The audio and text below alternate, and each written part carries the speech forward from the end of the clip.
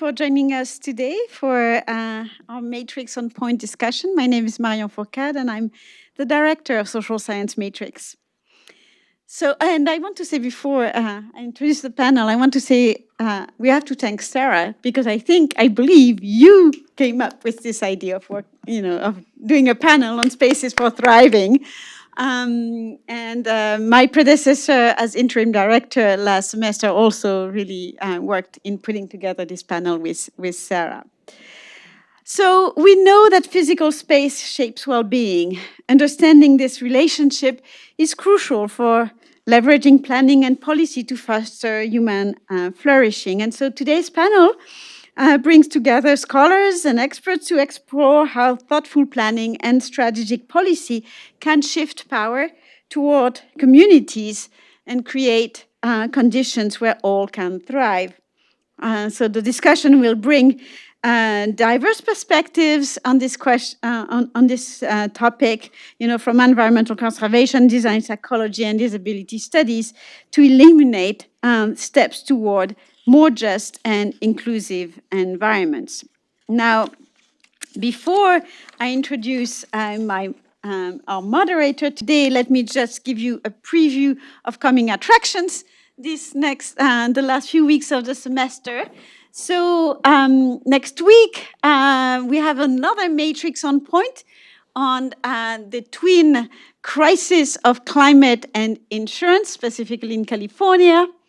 On the 17th, we will have something that we are introducing now, which is a series called the Matrix Teach-ins, where we bring sort of favorite teachers from across the social sciences division to teach their favorite lecture.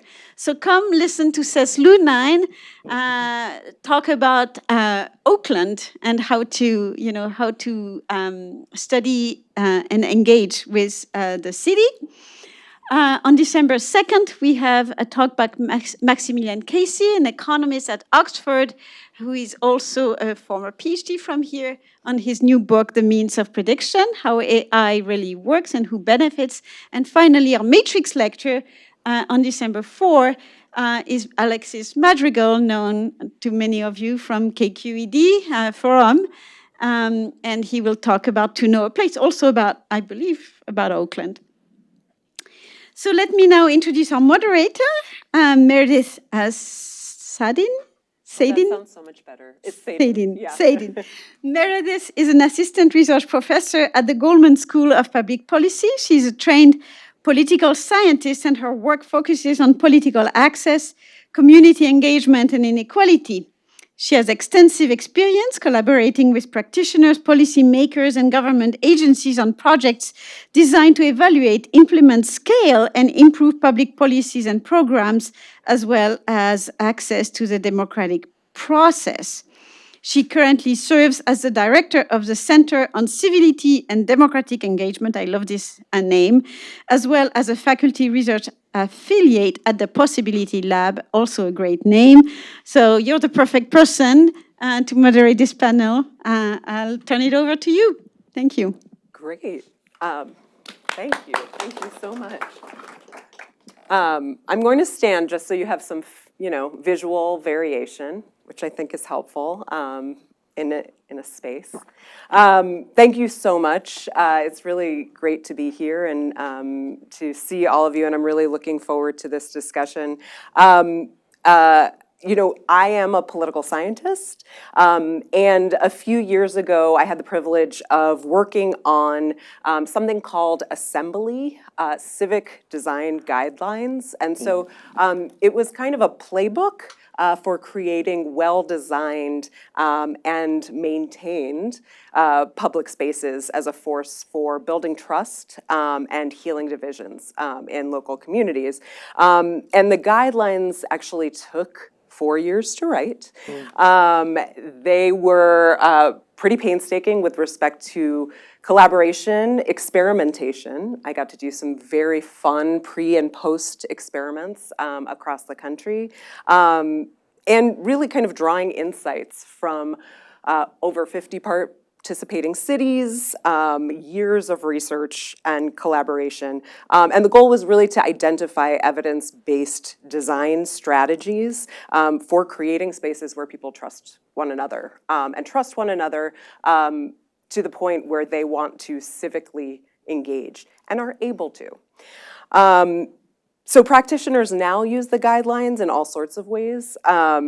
They apply checklists to public space projects. They spark dialogue with respect to civic challenges. They test low-cost design interventions, and they guide decisions around capital investments. And what I love about this work, though it is a little bit of a, I wouldn't say a right angle to my scholarly work, but what I like about it is that it really bridges the civic and the spatial, right? I often live in the land of the civic as a political scientist. We often have, a set of outcomes of interest we're really interested in looking at, and civic space is messy. And so I love that. It makes tangible this idea that how we design and maintain our shared spaces really influences how we relate to one another and how we relate to ourselves and how we relate to a higher story and conception of our community, right? Public space, and I encourage you to disagree, but I would say public space is never neutral. Every design choice, right, where a bench is placed, how lighting is used, greenery maintained, carries signals about belonging, about safety, and they can really invite connection or reinforce division. So I think of space as another form of power. Who gets to gather, who gets to speak, who gets to rest, who gets to protest. And when we consider that, especially in this moment of polarization, of inequity, it becomes clear that public space is itself one of our greatest civic tools. So today's panel is really important.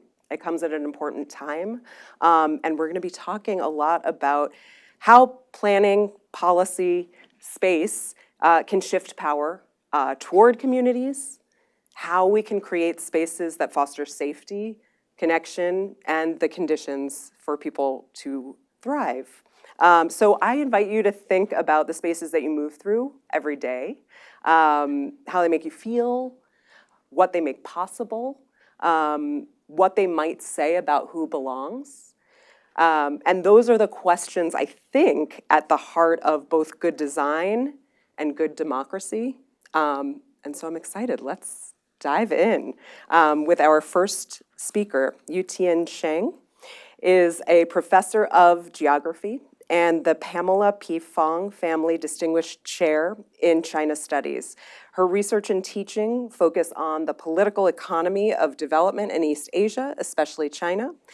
She's interested in the question of power and space. And for her research, she draws inspiration from ethnographic work, including in-depth interviews and participatory observation with a reflexive perspective.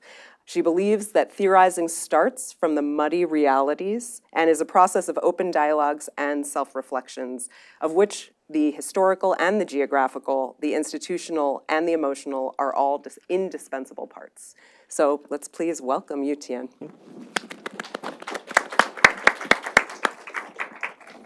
Thank you, Meredith, and thank you, Sarah, and thank you, Marion, for the invitation. This is my talk today. I take the cue, space for thriving, and then thinking, what could a geographer say anything about thriving? So I will draw some stories from my research on dryland conservation politics in Inner Mongolia, just as a case study, as a starting point for our discussion. And just a little bit of a propaganda. This is drawing from my forthcoming book, Conserving China's Northwest Frontier, Nature, Culture, and Future. Well, coming out in digital format in 2 weeks. And it will be another month before the print version comes out. Well, okay, so that's the end of my propaganda. Okay, this research happens in 3 sites. Inner Mongolia is a northern border region of China. It's not, it's bordering with Mongolia as a country, but Inner Mongolia is an autonomous region of China. So I just want to clarify that. So my research is in this story today is from Ejina in western Inner Mongolia. Yeah, it's a dry place. Okay. And then with all the policy concerns, conservation in the dry lands, I will be focusing on policies on combating desertification. Desertification happens throughout many different parts of the world. North Africa, Northern India, Central Eurasia. So this is a universal concern, and then it's a universal industry as well. But then in the Mongolia, it's been leading conservation policy concerns since the early 2000s. And this is, believe it or not, the picture shows a former lake. It dries up in 10 years. So by early 2000s, this is the bottom of a lake that was more than 20 meters alone in the 90s. So over the space of 10 years, it becomes that. So it's a real thing, desertification, sandification of lands. And this is a village that's been abandoned because the sand basically buried the entire village. Only the rooftop is left visible. So you can walk here. Okay, so it's real. And then not to mention the sand storms brought all the sands to Beijing. So the policymakers, the leaders actually feel it. It's not just remote rural desert, but also in the urban areas. And all the way to South Korea and North Korea and Japan as well. So it's a big concern for sure. And Chinese government since the 2000s have been devoted a lot of resources trying to combat this problem. And then to turn the problem into a policy solution, you need to identify the roots and the actors who are responsible for desertification. So we have two types of actors that are identified as the roots of the problem. One is the herder. They are too greedy. They feed too many animals. They raise too many animals, and the animals themselves. They chew up all the grass, and you must have heard this. They eat the roots, and then so the grass died. Okay, so these are the commonly identified culprit problems. So if we have identified roots of a problem, and then we come up with a policy solution to address these problems. And so in terms of the animal as a problem, they say, well, no more grazing. So there's a lot of area being fenced up. This is a wire fence that would designate a large area of grazing land for grazing ban. And for years or for certain seasons until, hopefully, the grass grow back. And then for others, there are many areas reducing the size of the stock and also stop open grazing and put animals in the shelter and feed them with fodder. So this is a commonly used policy solution to address desertification problem the world over. And China has been also a very important part of this, but far from being the sole practitioner, a practitioner of this set of policy. And then, in terms of people who are responsible for desertification, these herders, they are relocated from the pasture to the government-built resettlement like this. Okay, so people in Berkeley immediately will ask the question: is this fair? Is this workable? And where is the how fair is this? And then so there is the debate in the policy world, because when these relocation projects are built, animals are put in the shelter, it's actually all framed in the language of development. It's really providing different mode of income-making opportunities under the climate change threat. And people need to adapt. This is a way of adapting to the climate change, to the deterioration of the grassland. So, and then to provide new job opportunity, to introduce new animal species that's more productive, producing more milk, more meat, and better marketable, high quality animal products, and so on. So it's all about thriving. Yeah. And then on the other hand, you can imagine this is, getting a lot of criticism. Relocation, these herders into these resettlements only for these social critics invites forced, involuntary sanitarization. So they can no longer just do open grazing. They got stuck in these concrete boxes. So it's instead of calling them space for thriving, this is truly a space of deprivation. So this is a major policy debate, not just in China, but also in many other rangeland management community and development study community and dryland conservation community. This is the debate, right? Whether, and how we can relocate and we can recover the grassland and save it from encroaching deserts. But my question is this all there is about this story? I think the story on the ground has to be more complicated than the either or picture that we have been reading about. And then sure enough, when I visit these places under grazing ban, I saw these hungry sheep actually crossing the fence and into this forbidden zone and graze their heart out. And then so this is how they just go in there. And no prohibition or anything. And then the herder followed them and saying, well, my sheep go there, I have to follow them. So everybody's, so this is, and there are a lot of patrol and of course fines and violence fighting over this kind of grazing ban. I'm not saying this is easy, this is not a smooth sail, but they have to do that at night when the patrol is not there, and so on and so forth. Okay, but then nevertheless, I ask how effective and how real is this kind of either-or picture, and thriving or no thriving. And also, when I visited these relocation settlements, I thought I probably will meet mostly miserable herders feeling stuck, or some more resourceful entrepreneurial ones probably are taking advantage of this and thriving. The thing is, during my first few visits, I met neither. It's all empty.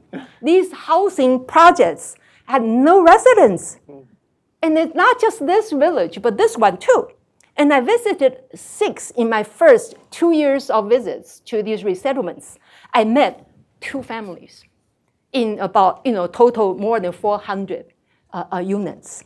So where are they? Some of them I saw in the restaurant, ecotourism, these are the beautiful, young, and skilled ones. They sing these Mongolian long songs and the throat singing, and very beautiful. It's just, or they will be in the tourist spots, riding the horses, performing like a Mongolian princes, and for the tourists to take pictures and so on. But these are beautiful, young, and skilled ones. But what about the majority of relocated herders? Where are they? And only after several visits did I realize I was, barking on the wrong tree. And so I visited not just in summer, but in different seasons and different type of desert, drylands. And so in the spring, where the sandstorms is on its peak, I found them. I actually went with them to hunt this wild 丛蓉. It's herbal, medicinal herbs that is grown in the field of Suosuo. It's a desert shrub. So this, they spend long days from dawn to dusk in the sandstorming spring. So that's why the mask, all well sealed, and riding these different kind of vehicle to hunt for this. This is a very valuable plant that parasitizes on Suosuo, its shrubs, roots, and it's good for male potency. So the longer, the fatter, the better, and more valuable, especially the wild ones.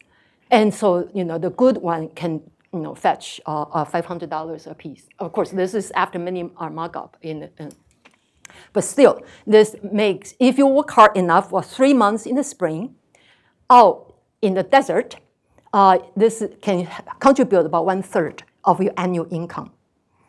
And because it's sandy, and then so it doesn't really require too much of a tool. And they sell this tongrong to a wholesaler, and then so this is their home. That's why I didn't find them in the resettlement homes, because they are actually out in the desert for the 3 months in the spring and hunting for tongrong. And this is another family's home during the spring season. Okay, in the summer, where are they? I still cannot find them, right, in the resettlement. They are in the gravel Gobi lands and digging semi-precious gemstone. This is called, they actually use, they need to use earth mover to dig the hole and then gather these semi-precious gemstone. And some of them can be as big as 2 meters high. It's called desert rose. It's also you can find them in Arizona as well. So different versions, different types. So they sell it to collectors, to museums, to big hotels for these big ones. And small ones, they sell it to tourists. And in the fall, the site I study has this brilliant poplar tree forest, a protected forest area. So tourists, swamp in. And then a lot of monies can be made. And one of the ways to take advantage of ecotourism is turning their relocation home into youth hostel for ecotourists. So I stay in one of them during my fall visit. And so this is my room. And because hotels are overbooked and there are just way too many for that, and it's way too expensive, and this is much cheaper. And so everybody in the relocation settlements, especially those well-located ones, more accessible ones, everybody rent out their home. So where do they stay? They stay in internet cafe overnight. So this is where they were. And then so they sell these trinkets and stones on the tourist site in the fall. And over the winter, long and harsh Mongolian winter, then they return to their resettlement homes because it's solar heated.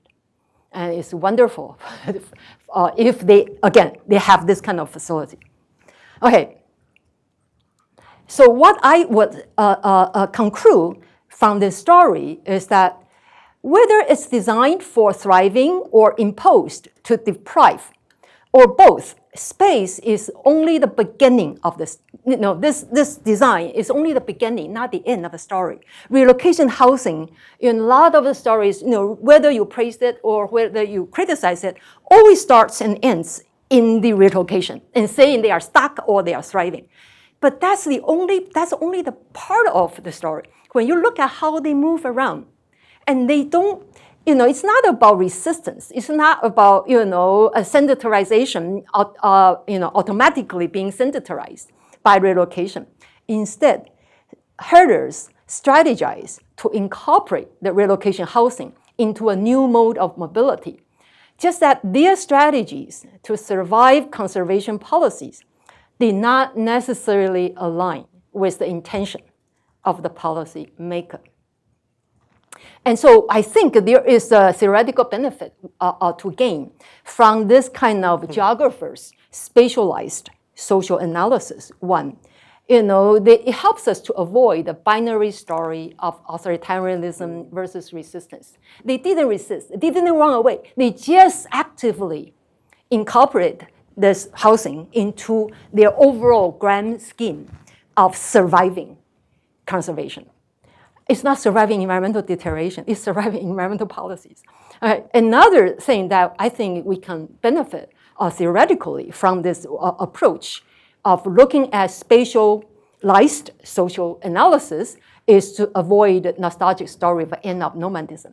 People say, well, relocation housing, just centralize these herders, they have nowhere to go, but they do have many places to go. It's just it's not about whether, market or the state has ended nomadism. It's really a different mode of mobility in a new rural economy in pastoral in Mongolia today. Again, last but not the least, this is not an apology for the policymakers. Oh, it looks like a rosy picture.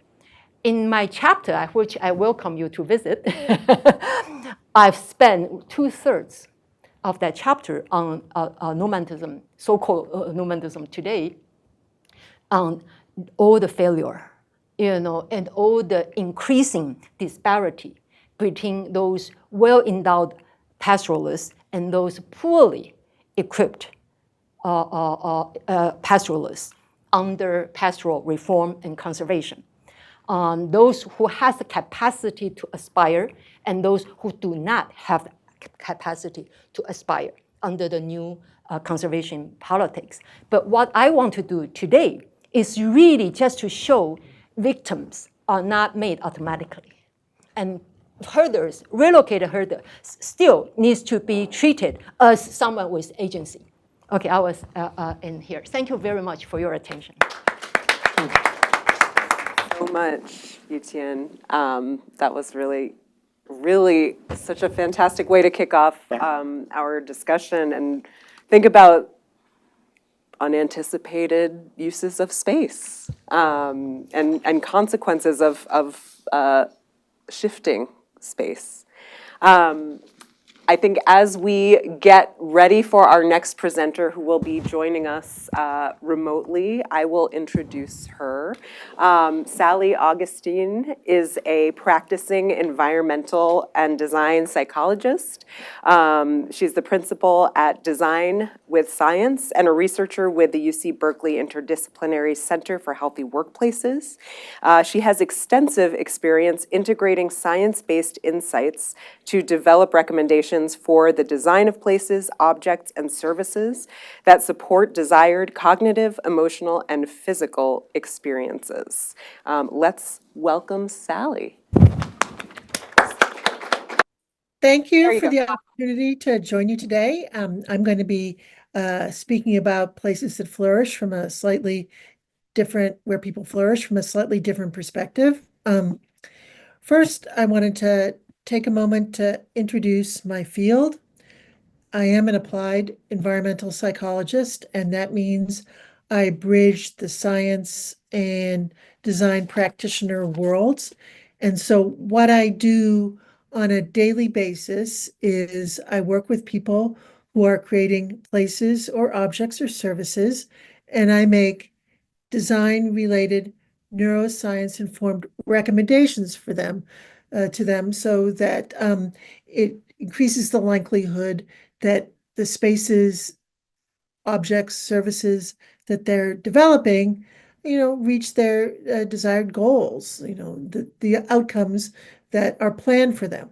So I'll talk to people about things like surface color, lighting, patterns, seen and heard, textures that people feel on surfaces with their fingers or underfoot, scents that people will smell as they're having one sort of experience or another, acoustic experiences. And, because life is complicated, I don't just think about, and people like me don't just think about sensory experiences, but we also layer in psychosocial factors, like making sure people have a comfortable level of control over their environmental experiences. Personalities need to align with the design of spaces for people to thrive. So do national cultures and organizational cultures. So, I bring this, science and practice perspective to our conversation today. And I really want to drive home the fact that what the material I'm working with, what I do is science-based. Sometimes people think I actually practice some sort of like feng shui or something like that. And That's not the case. Environmental psychology is a division of the American Psychological Association. We have journals, peer-reviewed journals, etc. We're among the smallest divisions in the American Psychological Association, but we're there, and we're, as a group, very interested in enhancing lived experiences. So when I think about flourishing, I think about spaces that enable people to achieve the primary motivations that are laid out by self-determination theory. And, as I speak today, I want to make sure I don't sound too deterministic. Place, design makes it more or less likely that people will, satisfy one of these core human goals, etc. But it's not the only thing that comes into play. So when we think about self-determination theory and the motivations it lays out, one of the first that always comes to my mind is competence, or the feeling that you're going to be able to effectively execute some sort of activity. And this is something that environmental psychologists have spent a lot of time thinking about in a number of different contexts. There's so much research out there about things like how lighting, color, and intensity and placement, on a tabletop, overhead, etc., how that influences how people think and behave. There's all sorts of research that relates to the sorts of soundscapes that can fill an area and how those soundscapes have repercussions for cognitive performance and well-being, etc. So design definitely can contribute to whether people feel competent in the space. The second primary motivation outlined by self-determination theory is autonomy. And that, in this case, would be the feeling that you're choosing a particular behavior rather than having it imposed upon you. And something that environmental psychologists have been thinking about for a long time is providing people with a comfortable level of control over the worlds in which they live. People can be overburdened by an excessive number of choices, and that leads to stress, which is not a good thing if you care about what happens in people's heads and subsequently to their bodies. But, there are a number of ways that people can affect their environment, control their experiences in a space. And the third primary motivation laid out by self-determination theory is relatedness, or, in really what it boils down to is spending time with the people you wish to spend time with when you choose to do so. And, in related research, well, environmental psychologists have been all over this for years.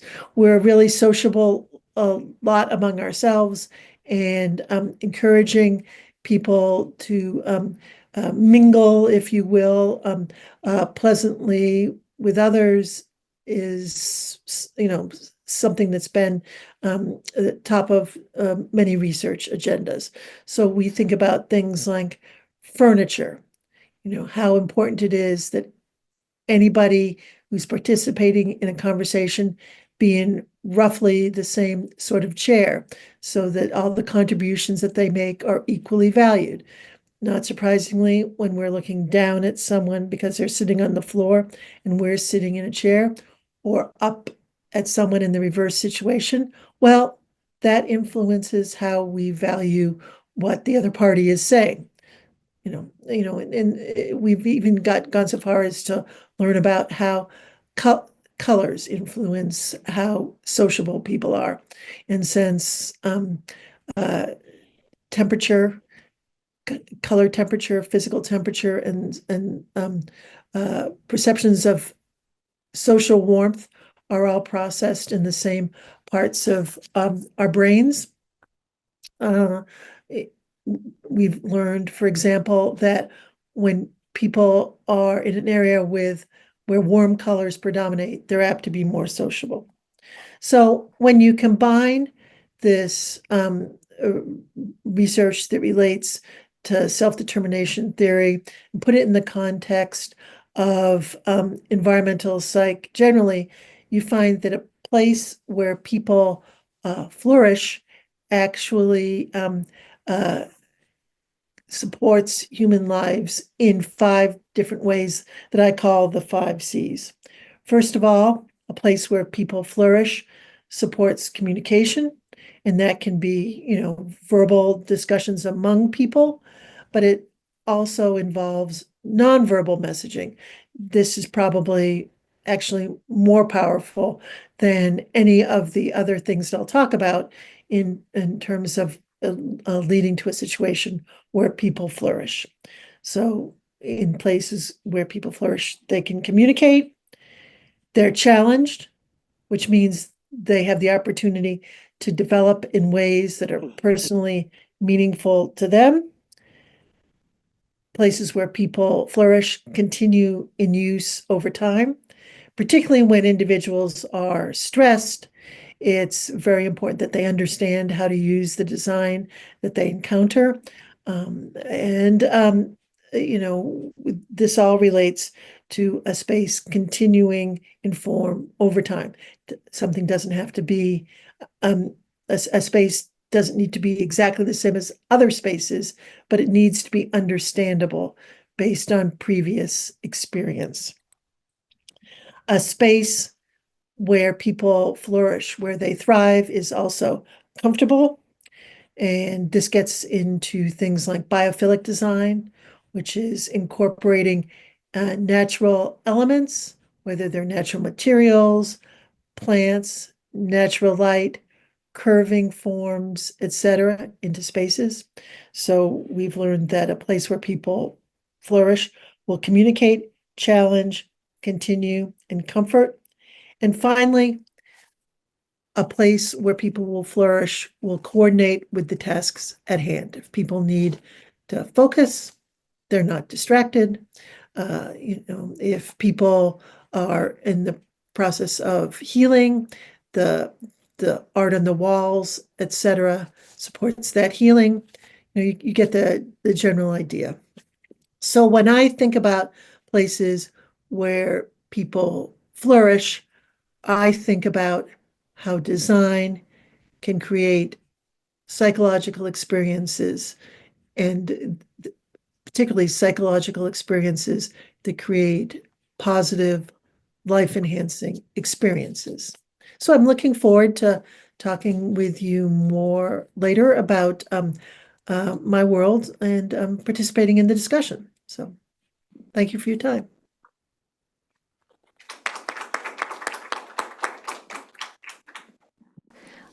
Thank you so much, Sally. And now I'd like to introduce our last speaker for the day. Karen Nakamura is a professor of anthropology at UC Berkeley and is the director of the Disability Studies Lab. Professor Nakamura's research focuses on disability, sexuality, and other minority social movements in contemporary Japan.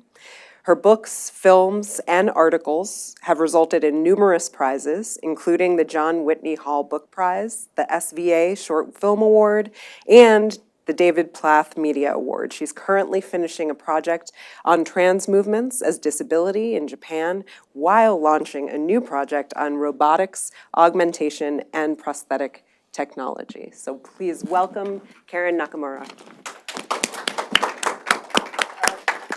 Thanks so much.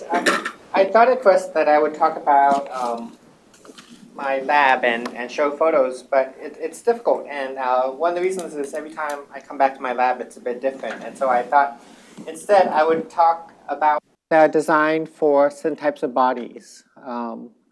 And to think of the privilege that allows us, or at least to think of the work of others that have allowed us to be present in this space. We're on the 8th floor of a building, and so most of us there are some in this room who maybe, if there were no stairs and elevators, could have free climbed the 8 stories. If there's no elevators, there's a good chunk of you who could have walked up the stairs. But then there'd be still a few that couldn't use the elevator. And so it's because of the work of previous generations who have thought of how do we create these spaces so that people can come that we are here. We exist in a space that has lighting that seems to be suitable for us. The temperature kind of works for many of us, and so forth. But I want to take also, and I do this in my classes and my talks, is to take some language from Margaret Price, who's at Ohio State University, who really invites people at her talks to really hack this space, to be like, you know, we exist in spaces that are often don't quite match what we need. And so if you need to lie down, please lie down. If you need to stim, go ahead and stim. You know, if you need to get a glass of water, get a glass of water. If you need to stretch, if you need to fuss with the thermostat and turn it up, you know, we can turn it up and so forth. And to really take ownership of this space and to feel like you have that privilege to be able to change the environment that you're in so that it better accommodates you. And I like how she is thinking, right?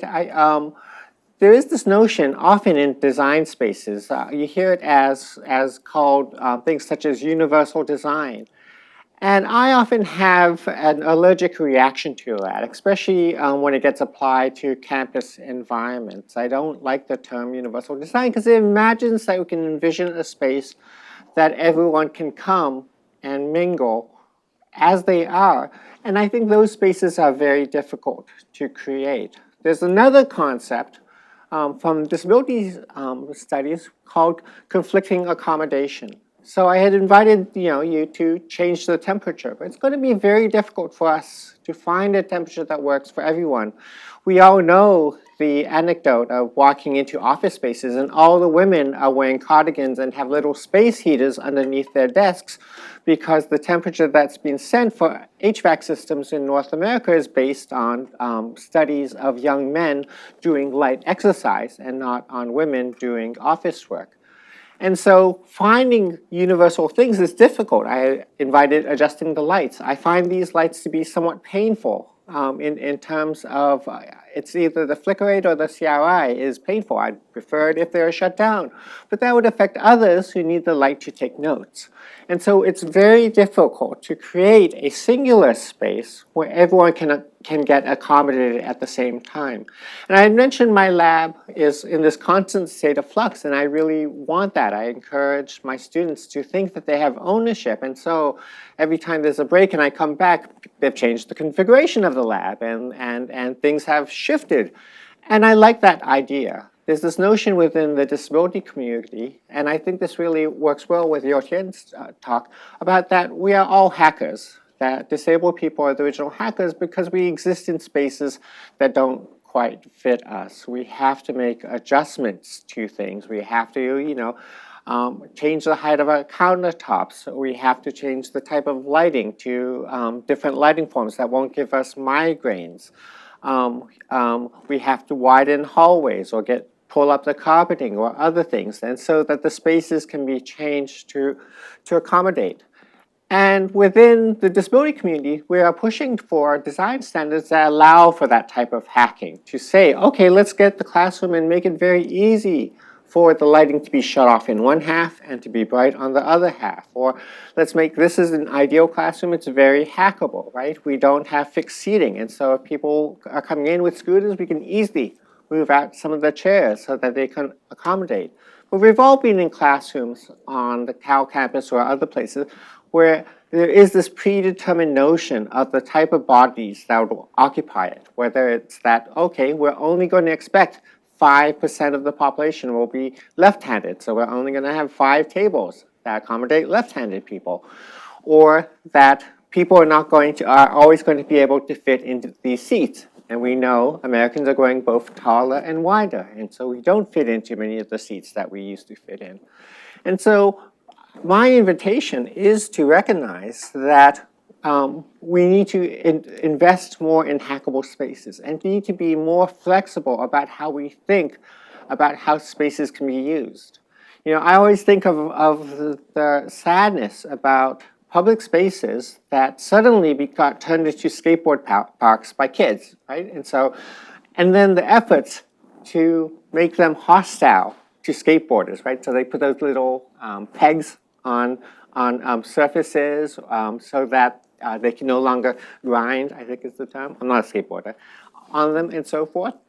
And to think, you know, this was a public space and it was always an invitation to the public. But when the public starts using it in ways that we don't envision, and again, you know, kids are great hackers of spaces too, right? They're constantly conceiving of new ways to use space.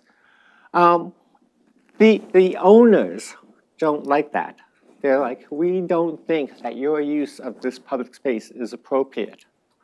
And so we are going to make things designed in a particularly hostile way to make sure that you cannot be part of the public that we envisioned.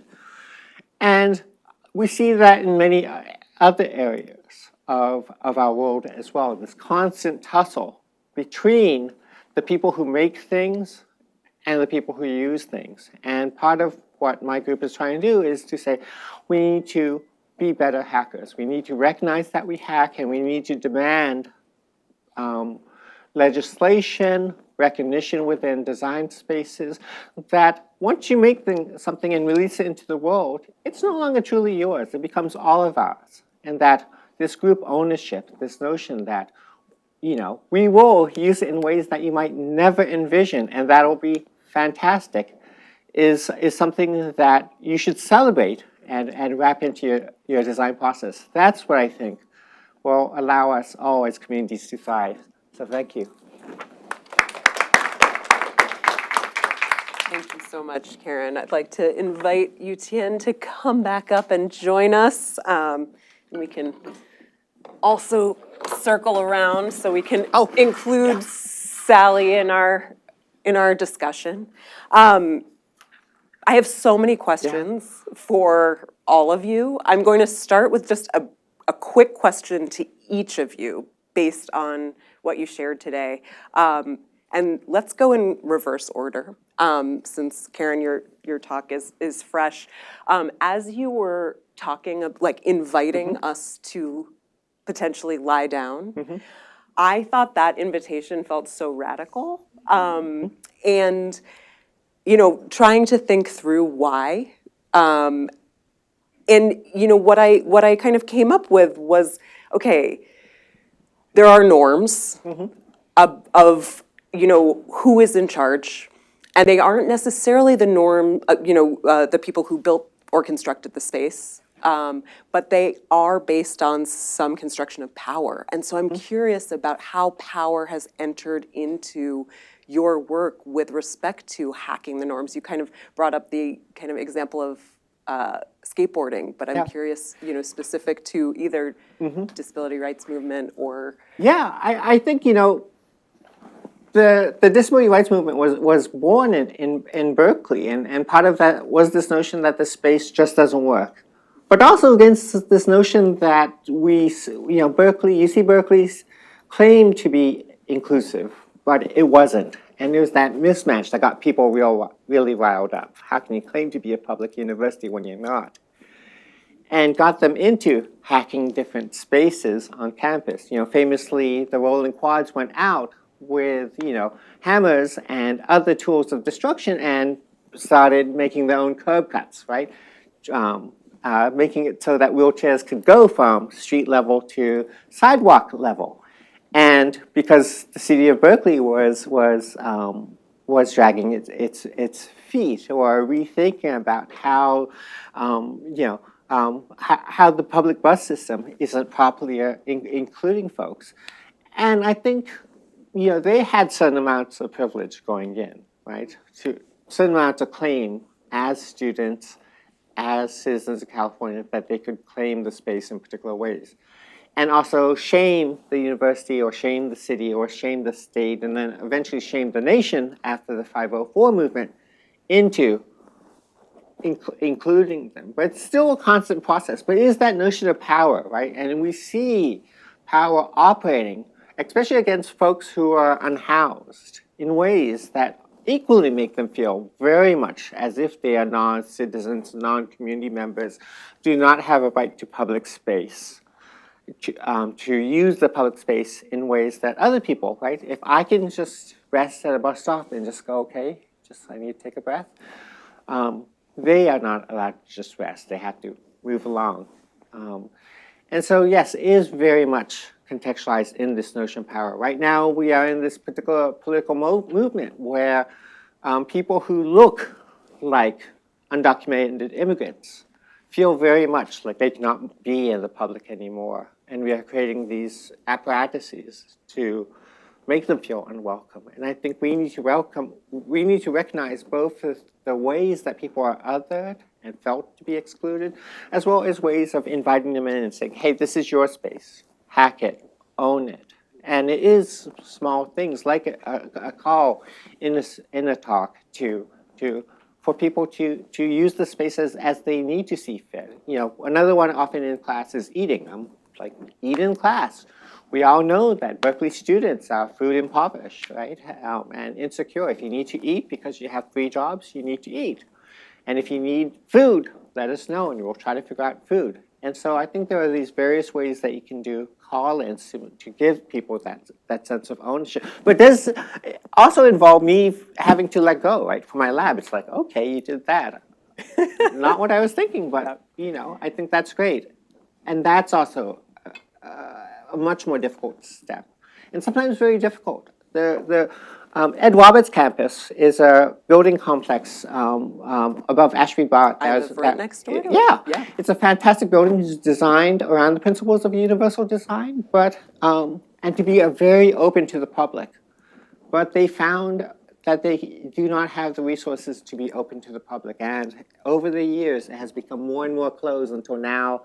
They have, you know, gates and a barrier and a guard, and the public has difficulty accessing a space that was originally designed to be very open. And that boils down to that they cannot live up to the principles because they don't have the funds to live up to those principles. And I think what we're seeing a lot these days is this, you know, funding agencies aren't giving money, the state isn't giving money, and so people are feeling very squeezed. And that is what's making those very hard decisions, which, you know, I think breaks their heart. So, yeah, great question. Absolutely. Yeah, I remember years ago I wrote an op-ed about the importance of maintenance. Yeah.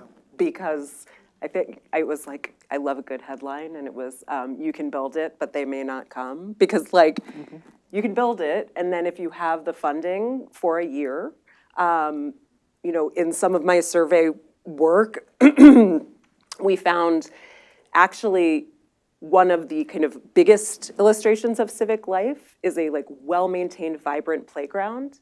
And then one of the biggest illustrations of like the kind of deterioration of civic life is a poorly maintained playground, right? And so you can go from one end of the spectrum to the other really quickly without a maintenance budget. So thank you. Okay, Sally, I have a question because you must see the insides of a lot of people's workspaces. I sure do. And yeah, I am so fascinated. Is there a case that you could share with us that just flies in the face of your kind of tenets of, you know, competence, autonomy, and relatedness, and, you know, how and why? You know, what would you change? And it can be a public space or it can be a private space, but I'm just kind of curious to anchor some of your expertise in some real example. I think things start to go awry pretty quickly when designers of various sorts make assumptions about how the product that they're creating, the space, an object, whatever, will be used. And you know, I see this I used to see it more, now I see it less, which is great, which means, we're making progress and moving the world forward. But I've seen instances where designers even argue with the people who will ultimately be using a space. For example, people are asked something that boils down to, what do you need to do in your workplace to perform to your full potential? What sorts of uh, uh, behaviors, outcomes, whatever, are rewarded in your world at the end of the year with bonuses and things like that. So I've seen people ask something that boils down to, what do you have to really do well in this area? And designers listen, and then I've seen them argue, like, no, that isn't actually what you need to do to be successful here. What you need to do to be successful here is this other thing, which is how I intend to design your space. And you know, as it depends on economic conditions, how much and specific professions, how much power users will have in a workplace, for example, to continue the workplace example. But even if they don't officially have a lot of power, they'll take whatever is built and use it in the way that they need. So you can see spaces that ugly up fast. If whatever people are doing really requires no visual distractions, and a workplace, to continue with the example, has visual distractions, people will build little walls around themselves with whatever they can come up with. And it's really ugly. And it also sends a really awful, silent message. Like, the people who run this place don't really care what I need to do to be successful, but I'm not taking this lying down, and I'm seizing control of the situation, myself. So, I do see inside a lot of workplaces. I see ones that are sometimes not designed to align with what people need to do there. But I also see lots of users who take matters into their own hands and make the changes in an area they need in order to be successful as they define success. I imagine also, this notion of workspaces being designed to maximize productivity relative to thriving, and when those things may be at odds. Well, they should align, because our professional performance is such a key component of our self-concept, the way we think about ourselves, it's et cetera. But it's important to keep that top of mind, because when you start to drift away from design that supports what humans need to achieve in an area, well, don't waste the resources, don't build it, just do something else. Speaking of don't build it, You-Tien, I was really struck by the empty relocation housing. And I'm curious because I think, your presentation really did not take a normative approach. I am curious, given that desertification is happening, from your perspective, are there things that can be done to maybe better inform environmental policy? Or do you see a counterfactual where, in some ways it doesn't necessarily seem like a disadvantage that this housing was built, but it just wasn't designed to actually serve the purpose that it's now serving for ecotourism. So I'm curious what you think about the way that policy is evolving? You know, I was in planning school. That's where my PhD is. Yeah, but then I, you know, am now in geography for a reason. I'm very bad at, you know, thinking about what to do. What is there to be done? You know, I think that before we get to that point, it's more, at least intellectually, I feel I like to know more about what is going on. Yeah, you know, and then policymakers the same, but then because of time pressure and everything else, you need to, you know, go to that conclusion about what to do faster.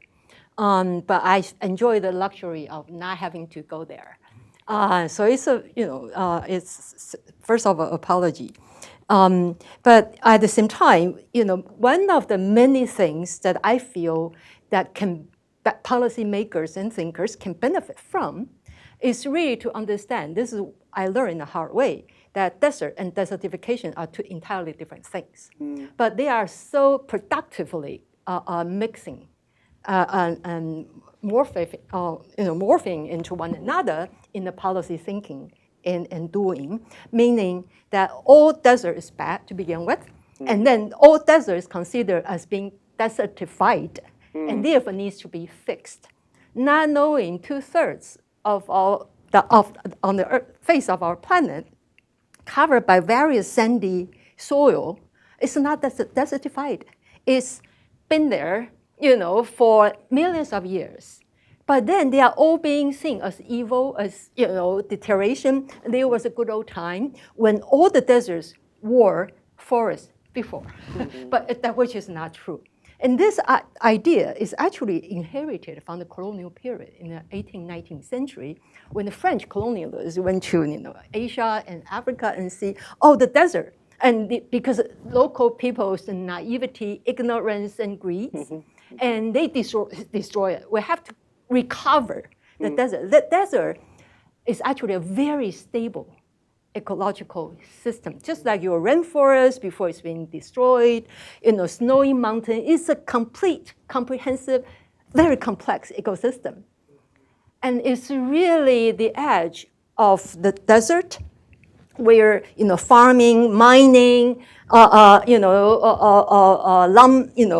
deforestation happen when desert, you know, these very fixed, immobile sand dunes become mobile. And that's when the problems happen, at the edge, but not in the heart of most of the desert we know of today. But then all these development projects, relocation, you know, new production projects go all the way deep into the desert that does not need to be fixed. But they are all considered and perceived by policymakers, thinkers as, you know, we have. So that's why turning the brown color desert into green color forest is considered the way to go. But desert really would not benefit from growing too many trees. Imagine you grow trees that suck up all the groundwater, and in the name of protecting it, and not to mention you need to build a lot of roads in order to transport labor and water into the desert to grow your little seedlings. So but then it's a very productive thing, because you imagine the industry, how big the money is to be made with this green money, green investment. So that's one thing I feel most fundamental in our policy thinking, is really where is the desert and where is the area that needs to be fixed as being certified. But even UN Convention of Combating Desertification is a big international organization, the most prestigious one, also confuses these two. Wow. Yeah. That's really interesting. And also in examining, you know, which of these spaces needs to be fixed, you know, who needs support and what kind. Right. And then, as you pointed to, who is to blame. Right. And who are the victims, if we want to kind of label in that way. Yeah, it's always the local people, even if the problem comes from somewhere else. You live in a deteriorated area, it must be your fault. Right? But it's not. It's some, you know, from far away, right? Yeah. All right. Thank you so much for such a fantastic conversation. To each of our panelists, thank you very much.